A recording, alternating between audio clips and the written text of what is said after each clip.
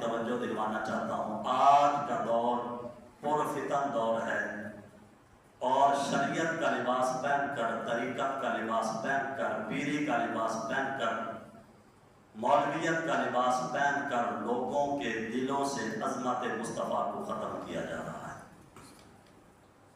حضور کی عظمت اور حضور کی محبت کو ختم کیا جا رہا ہے، اور یہی سب سے بڑی جو ہے سازش ہے غیر مسلم لوگوں کی۔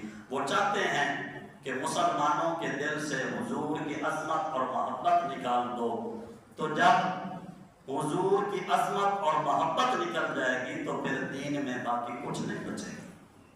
اس لیے کہ اگر کوئی کسی کی طرف متوجہ ہوتا ہے تو محبت کی وجہ سے، اب اگر کوئی قرآن پڑھتا ہے تو اس وجہ سے پڑھتا ہے کہ قرآن حضور کے سینے پہ نازل ہوا۔ جب حضور کی محبت ہی سینے میں نہیں ہوگی تو قرآن کوئی نہیں پڑھے گا۔ اگر کسی کے ساتھ بندے کا تھوڑا بہت تعارف نہ ہو، دلچسپی نہ ہو، تو بندہ کبھی بھی اس کی سیرت نہیں پڑھتا۔ کتابیں جو سیرت کی پڑھی جاتی ہیں، کسی کی بھی ہوں، کسی ولی کی ہوں، عالم کی ہوں، محدث کی ہوں، اس وجہ سے پڑھی جاتی ہیں کہ اس ولی، اس عالم اور اس محدث کی بندے کو عقیدت اور محبت ہوتی ہے، اور عقیدت اور محبت ہی بندے کو سیرت پڑھنے کے پر برانگیختہ کرتی ہے۔ تو جب کسی کی عقیدت اور محبت ہی دل سے نکل جائے گی تو پھر بندہ اس کی لائی ہوئی کسی چیز کی طرف توجہ نہیں کرتا۔ اور یہی غیر مسلم کی سب سے بڑی سازش ہے کہ مسلمانوں کے دل سے حضور کی محبت نکالو تو قرآن خود نکل جائے گا، مسلمانوں کے دلوں سے حضور کی محبت نکالو، اسلام خود بخود نکل جائے گا۔ اس لیے کہ قرآن سے محبت اس وجہ سے ہے کہ یہ اللہ کا کلام بھی ہے، لیکن یہ رسول اللہ کے سینے کے اوپر نازل ہوا ہے۔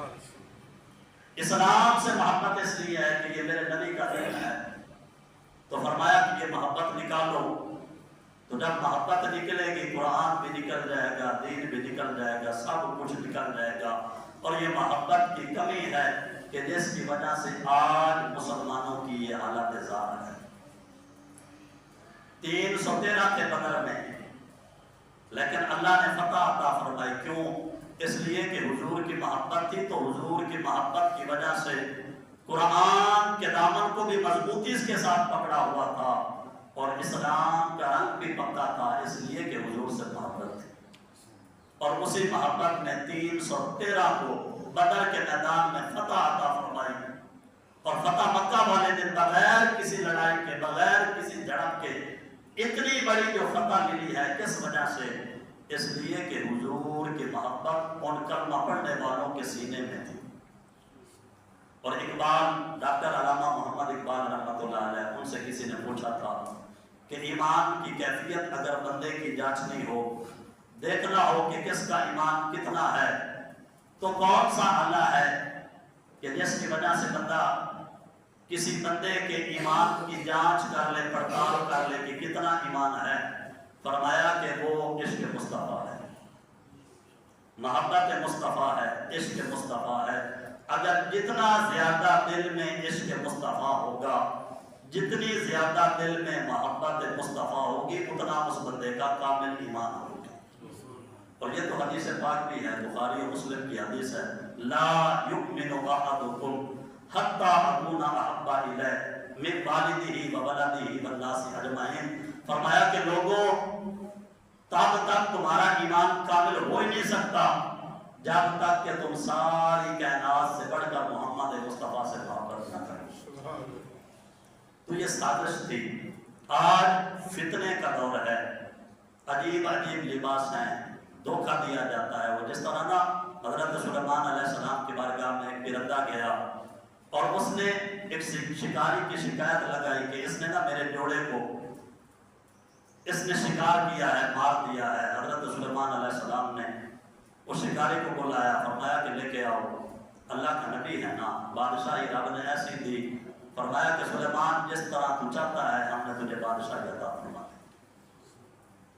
وہ شکاری حضرت سلیمان علیہ السلام کی بارگاہ میں آیا، آپ نے فرمایا کہ اس نے تیری شکایت لگائی ہے۔ کہنے لگا کہ حضور، اللہ نے جب ہمیں ان کا شکار کا حکم دیا ہے تو اس کی شکایت بنتی نہیں، یہ حلال چیز ہے، میں نے شکار کیا ہے، مجھے ضرورت تھی، میں نے کھا لیا، اس کی شکایت نہیں بنتی، میرے رب نے مجھے اجازت دی ہے، شریعت نے اجازت دی ہے۔ حضرت سلیمان علیہ السلام نے فرمایا کہ بات تو تیری درست ہے، اس پرندے کو فرمایا کہ تیری جب اجازت ہے تو شکایت نہیں بنتی۔ اس نے کہا حضرت میں نے شکایت اللہ کے پیغمبر اے اللہ کے نبی میں نے اس وجہ سے شکایت نہیں کی کہ شکار کیا ہے، میں نے اس وجہ سے شکایت کی ہے کہ اس نے لباس فقیری والا پہنا ہوا تھا، شکاری والے لباس میں آتا تھا کہ ہمیں بھی پتہ چلتا، لیکن فقیری والا لباس پہن کر اس نے دھوکہ دیا ہے۔ تو آج پرفتن دور ہے اور انہیں پتہ ہے کہ مسلمان اگر دھوکہ کھائیں گے تو دین کے نام پہ دھوکہ کھائیں گے، اسلام کے نام پہ۔ اب تو صورتحال یہ ہے کہ مسلمانوں کو قرآن کے نام پہ دھوکہ دیا جاتا ہے۔ قرآن کے نام پہ کس طرح کہ جس نبی کی شان میں قرآن نازل ہوا اسی قرآن کو پڑھ کے نبی کی شان میں عیب نکالے جاتے ہیں، نقص نکالے جاتے ہیں۔ تو یہ پرفتن دور ہے۔ میں بات کر رہا تھا صلح حدیبیہ کی، بات کو یاد رکھیں۔ میرے مصطفیٰ کریم علیہ السلام کو تسلیم نے معاہدہ کروایا اور فرمایا کہ محمد الرسول اللہ، یہ معاہدہ محمد الرسول اللہ کی طرف سے ہے۔ اب کافروں نے اعتراض کیا، کہنے لگے کہ اگر ہم آپ کو محمد الرسول